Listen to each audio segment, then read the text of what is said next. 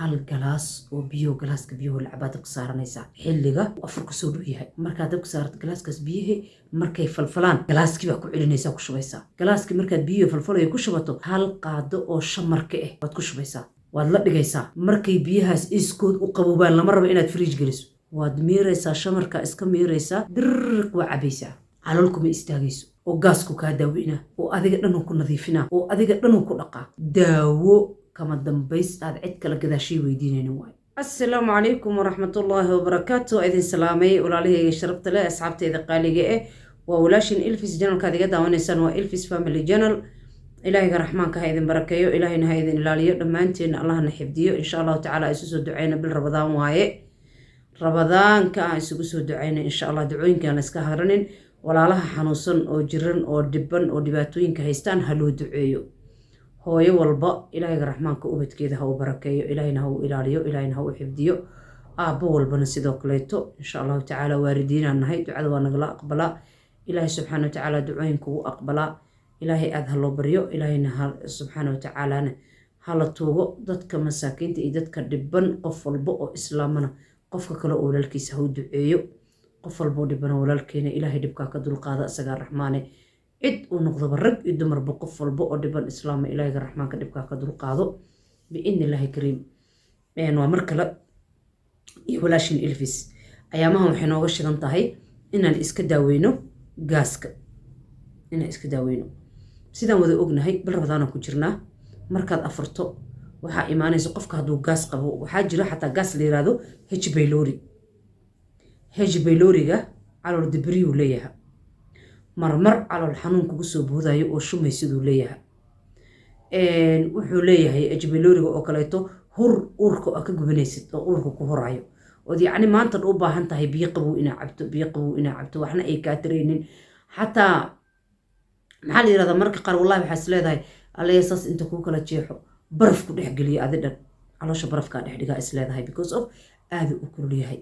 H pyloriga kulul zaid u leeyahay buu bixiyaa H pyloriga wuuna xun yahay dadka marka ay soomaan uguma sii jirto qofka 12 marka maanta markuu baahnaa uu yiraahdo aad afurtid oo wax uu dhadhamiyo waa la kacayaa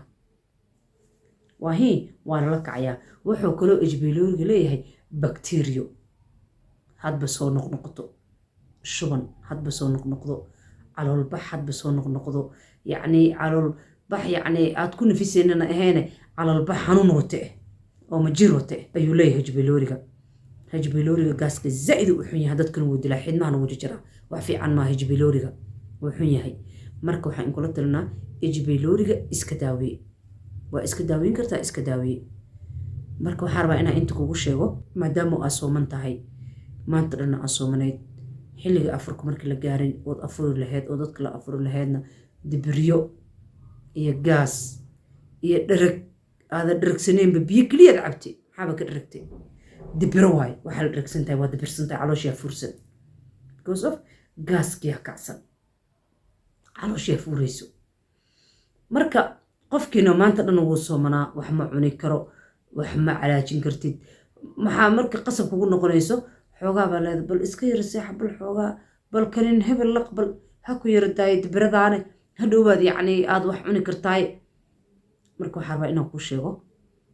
sidaasoo kale gaaska markuu yahay bogga ku xanuunayo ku hurayo H pyloriga caloosha ku dibirayso waxaa iska daawaysid inaan kuu sheegaa rabaa kuuna fiican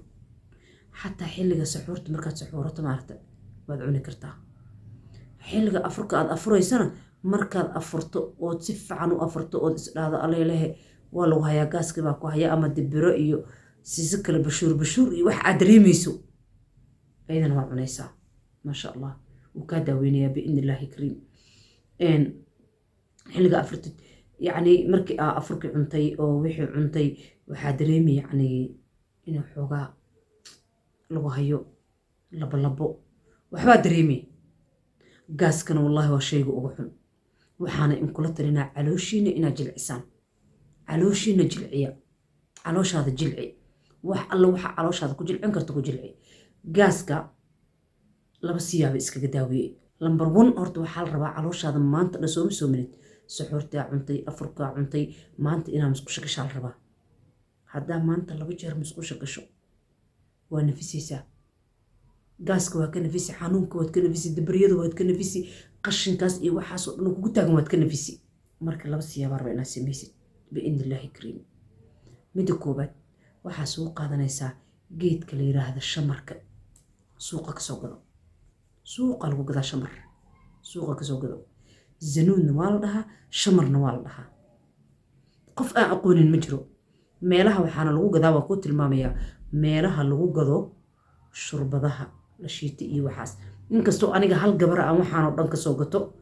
gabadhaas aan ka soo gato qofka u baahdana commentiga hadduu igu soo weydiiyo lambarkeeda waa idin siinaa ani xasid ma ihi gabadha aan ka soo gato lambarkeeda idin siinaa waa gabadha aan ka soo shiito shurbada aan rabadaanka ku afuro gabadha ka soo shiito waaye aniga ma jecli markii afurka la gaaro ma jecli wax la cuncunayo iyo saambuus iyo qashin iyo cunto la cunayo ma jecli koobkayga bakeerigayga mashaarida iga badan bakeeriga mashaarida oo si fiican loo habeeyey oo si fiican loo kariyey aa iga badan maba isku shuqlaba cunto iyo waxaas maba isku shideeyaba marka gabadhaas ay siin doonaa lambarkeeda shamaraa soo gadanaysaa shamarka hal galaas oo biyo galaaska biyo lacabaad ku saaranaysaa xilliga uu afurka soo dhow yahay aad ku saarani markaad ku saarto galaaskaas biyaha markay falfalaan galaaskii baa ku celinaysaa ku shubaysaa biyihii falfalay galaaskii markaad biyihii falfalay ku shubato hal qaado oo shamarka ayaad soo qaadanaysaa waad ku shubaysaa biyihii galaaska oo ku karkarayo meesha ku yaalay hal qaado oo shamarkii oo qaadada caadiga cuntada lagu cuno yarta oo hal qaado buuxda shamara ku shubaysaa waad la dhigaysaa markay biyahaas iskood u qaboobaan lama rabo inaad fridge geliso biyahaas markay iskood u qaboobaan oo caado u noqdaan waad miiraysaa shamarka iska miiraysaa dirq waa cabaysaa caloolkuma istaagayso oo gaasku kaa daaweynaa oo adiga dhan ku nadiifinaa oo adiga dhan ku dhaqaa fahanti daawo kama dambays aad cid kala gadaashay weydiinaynin waay shamarka xanuuno badan baa lagu daaweeyaa halkana idiin soo dhigi doonaa waana idiin soo sharixi doonaa dib dambar waa uga soo hadli doonaa sida xataa caruurta loogu daaweeyo waa idiin soo sheegi doonaa insha allahu tacaala waxaa kaloo samaynaysaa midda labaad markaad afurtoo kale waad afurto sooma waxaadibaad cuntay daberiyaa dareemaysaa ama inuu gaaska ku haayo ama inaa laabjiixmayso ama inuu uurka iyo boga ku horayaa dareemaysaa waxaa soo qaadanaysaa sabiib waa sabiibaa soo qaadanaysaa cantoobo sabiib afka ku shubanaysaa hal cantoobo oo sabiiba af ku shubanaysaa halkaas cantoobo oo sabiibka markaa af ku shubatid waad laqi wax yaroo kale haddana cantoobo kalead ku shuban waad laqi haddana cantoobo kalead ku shuban waad laqi wallaahi waxaad dareemaysaa nafis aan caadi ahayn baad dareemaysaa maasha allah nafis war waxaan ku idhi adiga dhan wax kalaa noqoniba waadna iiga soo ducayn doontaan insha allahu tacaala labadaas arrimood oo idiin sheegay gaaska iskaga daaweeyey waayo bil rabadaanaa ku jirnaa hooyooyinna waan nahay jikooyinaa ku jirnaa caruuraa dhinac ka haynaa waxyaalo badanaan qabanaynaa marka dhakhtarka inaanba haleeli weynaaba laga yaabaa maadaama hooyooyin nahay jikooyin aan ku jirno insha allahu tacaala sidaa isaga daaweey sabiibka soo qaado afka ku shubo markaad aragto inaad beriyo iyo gaasgaas iyo bogo ku horay iyo laabjeex iyo wax dareemaysid sabiibkaada afka ku shubo dalaq waxaasoo dhan waa ka raysani insha allahu tacaala biidni illaahi kariim walaalahayga sharafta leh cashirkaas arbina aan kaga faa'iideeyo ka faa'iideysi wacan aan kala faa'iideysana haddii in la kala faa'iideysto way fiican tahay ducooyinkiinana idinkama hiloobin insha allahu tacaala casharada ku xigo ducooyinkii iyo qur-aanka saan u wadno ayaa idiin soo sharixi doonaa insha allahu tacaala assalaamu calaykum waraxmatullaahi wabarakaatu billahi towfiiq